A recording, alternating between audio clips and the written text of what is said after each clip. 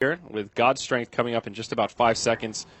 Minor exchange, but that was really nice poking from both teams. Like, as soon as Misery stole the stun, he just went right back in. And both teams just positioning. Like, that was amazing positioning from Complexity. The fact that nobody else died there, on their team at least, they immediately glimmer caped as soon as they saw danger. It was really well done. They're thinking a step ahead consistently in these team fights, and it shows. Yeah, now the Vladimir's offering picked up by Z-Freak. More armor coming out for Complexity, itemizing in a similar fashion as they did in the last game against the Gyro with the AC on top of the Warcry, on top of the Vlads. It makes a big difference against this flat cannon, and we already talked about that Crimson Guard that was picked up a while ago. More big items, though, here, Purge. Envy secures his Satanic as the Shadow Fiend gets his MKB. So his damage is good now. We don't always see this with SF. A lot of times they build for tankiness into HP, and then eventually one damage item. Well, he's got two on top of all that tankiness and HP. So this is the part where Shadow Fiend is very, very serious as a damage dealer because he has that free built-in AC more or less because of the -6 armor from his presence. And, of course, he's got Necromastery. So he's actually a pretty good late-game hard carry. He's not the best, but he's very solid based on his farm rate. And Swindle Melons has played excellent this game. He's got 474 last hits. It is incredible. 5-1 and 4, awesome performance from him. But the only lacking that he got out of this is that the mech is gone. He had to sell it because at this stage in the game, a damage item is far better. So they have slightly less heal going into their team fights from here on out. Yeah, this is that point where it would be nice if the Darks here could get Guardian Greaves. That or would be okay, like that. I think. Mech is kind of weak late game because it's such a low percentage of your heal.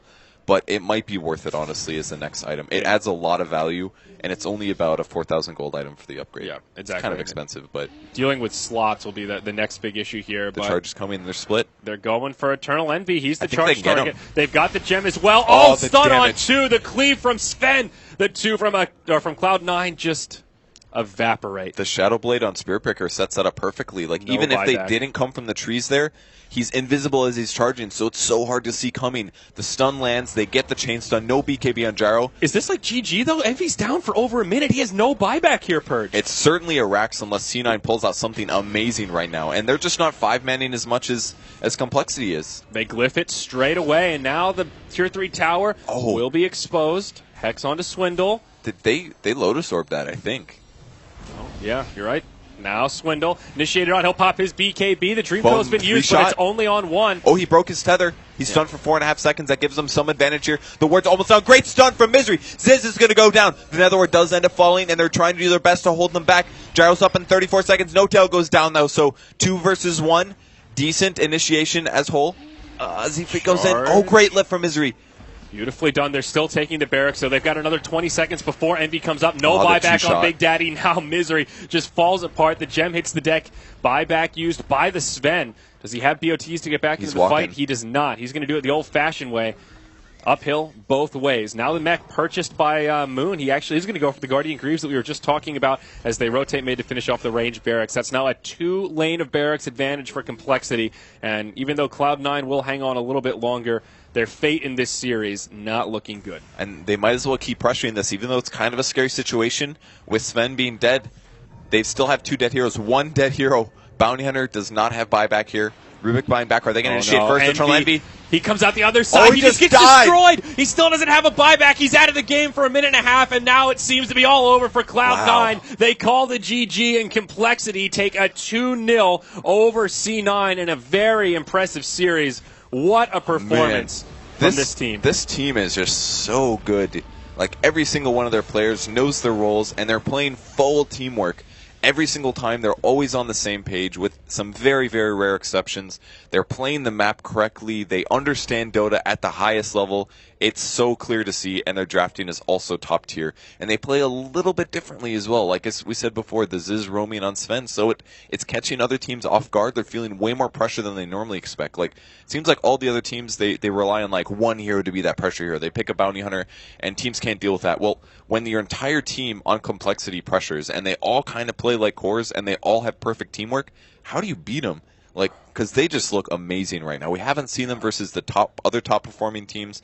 They did play against Secret, and I believe they got 2-0'd. They were 2-0'd by Secret. That was the Techie series where they played Techies in Game 1, and then Secret beat them with Techies in Game 2. Okay, so I think it was the vice versa. It was vice versa, you're right, because Secret played the Pugna in Game 2 to counter it. So you're right, it was. So they're having trouble versus Secret, but versus all the other teams, they're looking really awesome. They haven't played EG nor CDEC because they're in the opposite group, but man, Complexity, they made top 4 guaranteed with this, and let's see their max points that they could get. That puts them from 7, I believe, to 10, and they have one more match to go. They could go all the way up to 13 points, notably behind Secret and LGD Gaming, and they did play LGD as well. I'm not sure what that matchup was, but they're doing really well, guaranteeing themselves top 4, and a lot of money, which is amazing. I was thinking about that earlier.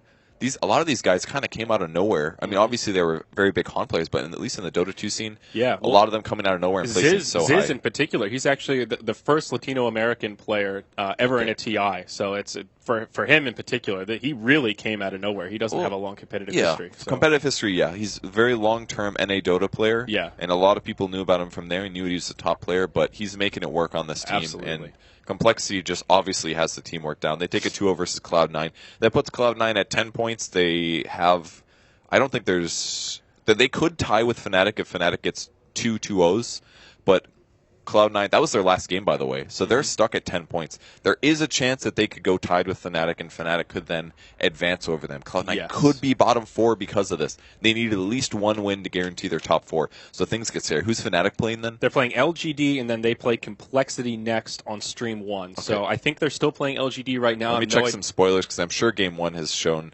and it actually hasn't. We haven't had a conclusion, or at least the website hasn't updated yet for Fnatic LGD, so we'll have to check out to see how that series is going. Oh, yeah, the refresh button. Good idea. You're smart. That might help. But yeah, that'll be a tough series for Fnatic, but if they win out, things will get very interesting. So with that, folks, we'll have a quick break, and then we'll have Na'Vi versus Invictus Gaming coming up next on this stream. I'm Zyori, he's Purge. Stick around because there's plenty more Dota 2 coming your way.